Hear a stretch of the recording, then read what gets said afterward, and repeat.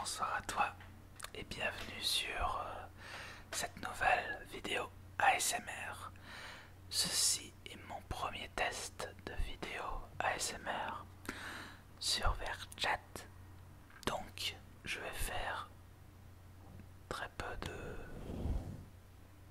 d'interaction. Enfin, je vais voir qu'est-ce que je peux faire comme interaction vu que je n'ai pas d'objet à ma disposition. Vous entendez les bruits des frottements des contrôleurs, enfin de mes doigts, contre ton beau petit museau. Est-ce que cela te détend? Est-ce que cela te détend? Je vous prie de m'excuser si à certains moments vous entendez les deux contrôleurs se frotter l'un contre l'autre. Ce n'est pas volontaire. Voilà donc. Je vais caresser que le côté droit de ta truffe, de ton beau petit visage.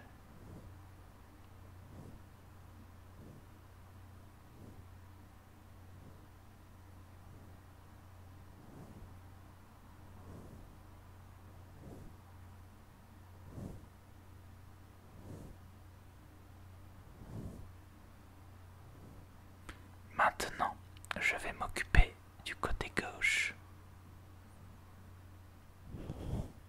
Oula, j'étais un petit peu violent sur ce coup-là.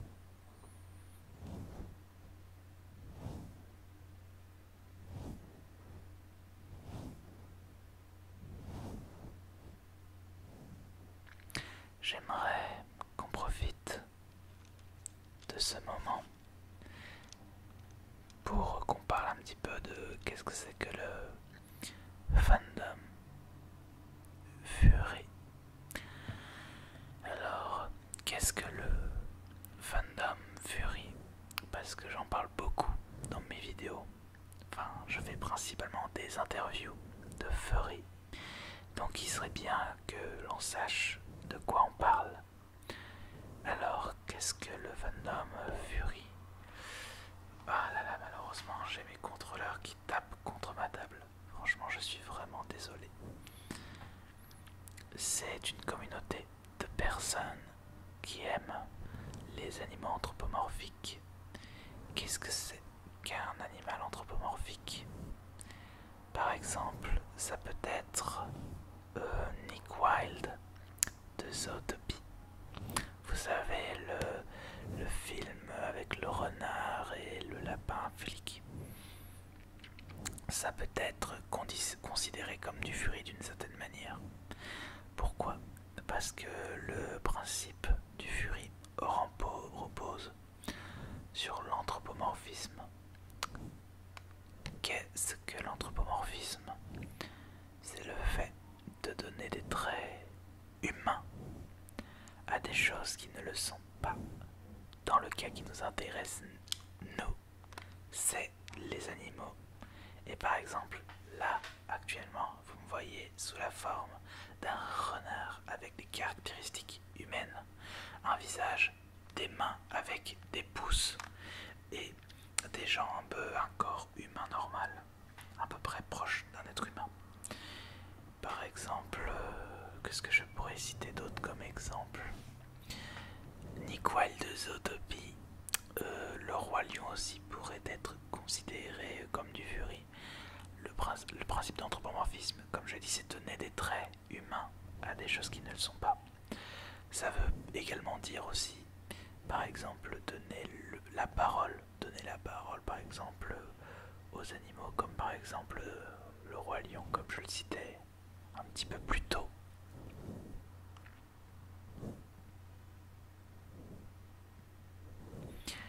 Après, c'est pas parce que quelque chose a l'air Fury que c'est Fury. Par exemple, le roi lion, ce n'est pas une œuvre Fury. Zootopie n'est pas une œuvre Fury. Le nouveau film Alerte Rouge de Pixar n'est pas un film Fury.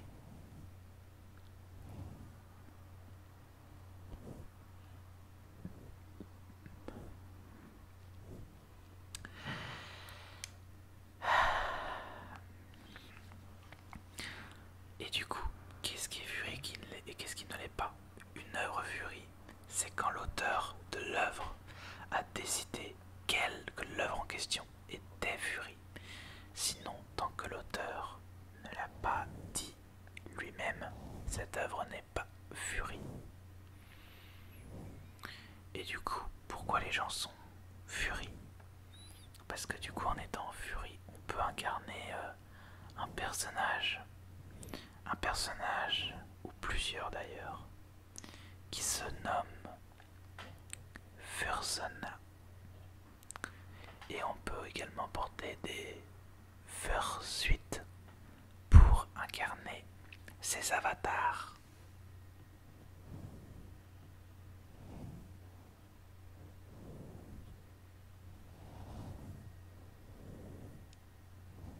Dans le but de se faire plaisir à soi, de la même façon que, par exemple, on peut prendre plaisir à incarner un personnage dans un jeu vidéo.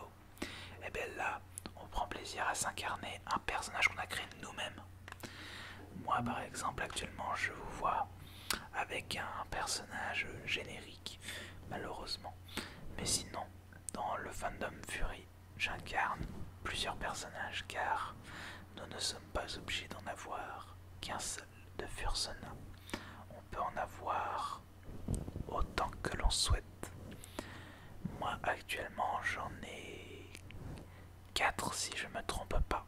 J'en ai 4. Alors attendez, j'essaye de refaire les gestes avec mes mains, mais vu que je me plante à chaque fois. Bon, on va dire 4 comme ça, en 2V.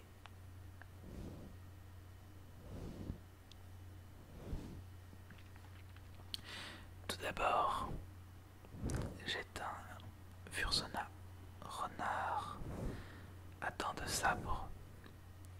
Ensuite, un Fursona raccoon renard mi-raton laveur, mi-renard. Ensuite de ça, j'ai également un Fursona Fennec, que les gens s'amusent à dire que c'est un Fursona lapin. Mais je ne suis pas un lapin. Voilà. Et... oh là là, mince, ça vient de freeze. Bon, ce n'est pas très grave.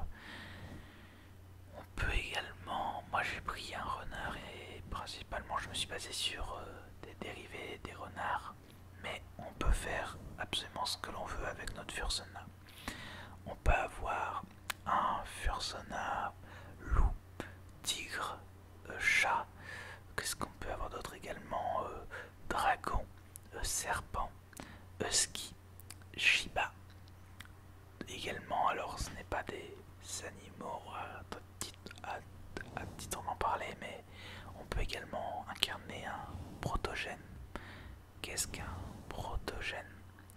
Eh bien, il s'agit tout simplement d'un grille-pain, d'un toaster. Je rigole, mais oui, en effet, c'est une espèce qui est principalement qu'on caractérise par le fait que ce soit une espèce un petit peu comment expliquer, que ce soit une espèce qui soit appréciée par le fait que c'est limite des ordinateurs les machins.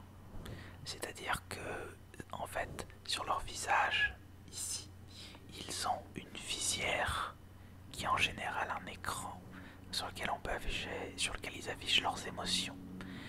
Mais sinon certains font des mèmes par rapport au fait que ce sont des ordinateurs ou alors des grille-pains.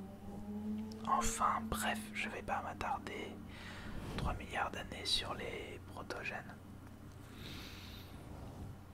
Voilà. Qu'est-ce que je peux vous dire également sur le fandom Fury? C'est que je parlais des Fursona et également des fursuites. Qu'est-ce qu'une fursuite?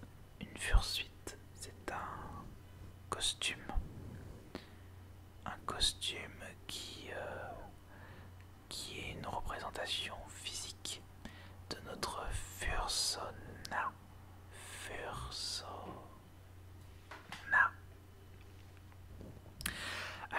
Avec laquelle il est possible d'avoir des interactions.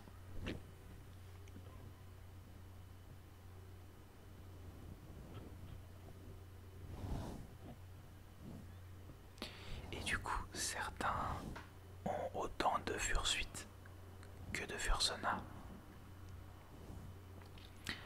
Voilà, voilà. Après, il existe plusieurs types de fursuites. Des fursuites toony avec un style plutôt cartoon.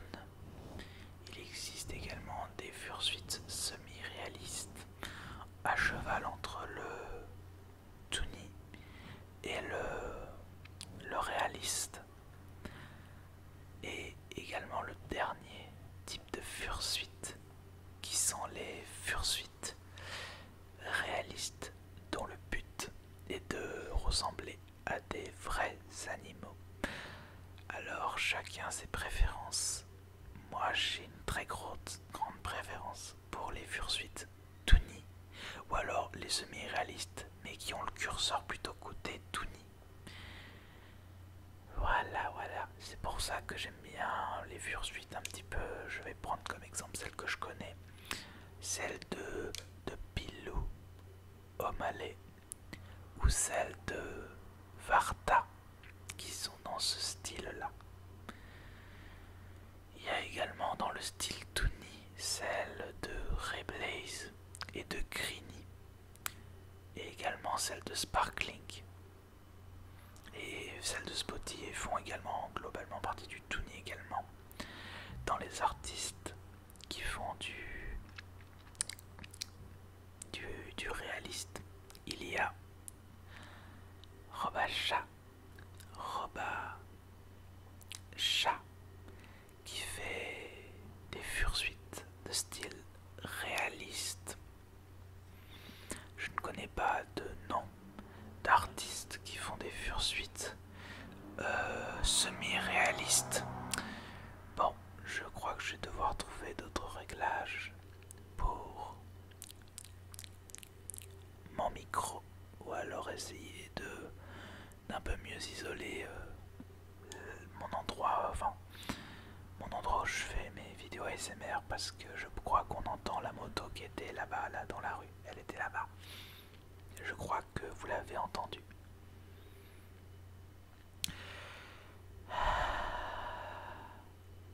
Bien, maintenant qu'on a parlé... excusez-moi, je viens de manger. Je vous prie de m'excuser. Maintenant qu'on a parlé des Fursona et des fursuites, il est temps qu'on parle des conventions. Alors je vais parler que de la FPL, car c'est le seul exemple que j'ai en tête, car c'est la seule convention à laquelle j'ai participé. C'est globalement, je ne sais pas comment exprimer ça, mais c'est incroyable dans le sens où globalement sur tout un week-end on s'amuse, on bouge, on danse. Moi je me suis amusé à faire beaucoup de photos pendant la FBL, mais également j'ai rencontré de nouveaux furs dont je ne connaissais pas le visage ni le nom, et j'ai pu rencontrer physiquement des furs que je connaissais déjà en ligne, que j'ai pu rencontrer IRL. Et ça c'est incroyable, le fait d'avoir pu rencontrer ces gens-là, et aussi le fait d'avoir pu rencontrer de nouvelles personnes, comme par exemple Akaino, que je ne connaissais pas avant, que j'ai rencontré à la FBL et avec qui j'ai fait une vidéo interview que vous pouvez retrouver ici, quelque part dans les fiches. Si j'ai pas la flemme de la mettre, mais normalement elle devrait être, oula, ici. Voilà. Alors vous voyez que par moment, quand je prends par exemple ici, vous voyez que des fois je galère un petit peu, tout simplement parce que j'utilise un Oculus Quest 2.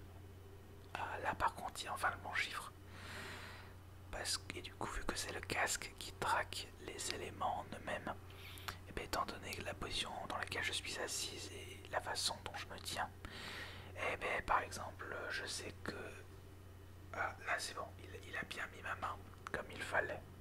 Mais du coup, par exemple, si je mets ma main ici, il la perd un petit peu, il gère un petit peu comme il peut. Voilà. Il y a également, là, c'est l'exemple parfait de ce que je voulais dire, que ça déconnait par moment la captation de ma main. Il y a également les petites mythes, comme par exemple celle qu'on fait chez Fury Gourdin. On fait des campings, on est très très peu nombreux. Et du coup, ça fait qu'il y a une certaine proximité. Et le fait qu'on soit pas à 50, 500 ou 650, et ben ça fait que du coup, on est un peu nombreux. Donc ça nécessite très peu d'organisation.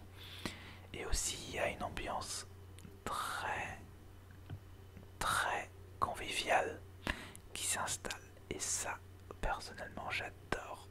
C'est très agréable.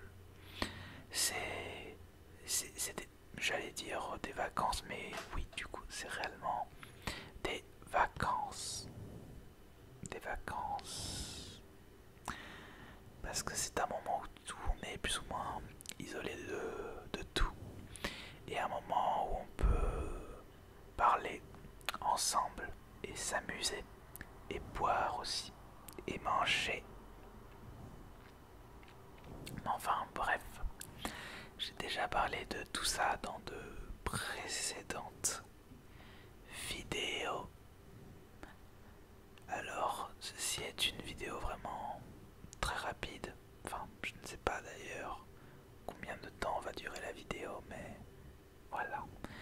C'était mon premier test d'ASMR sur VR Chat.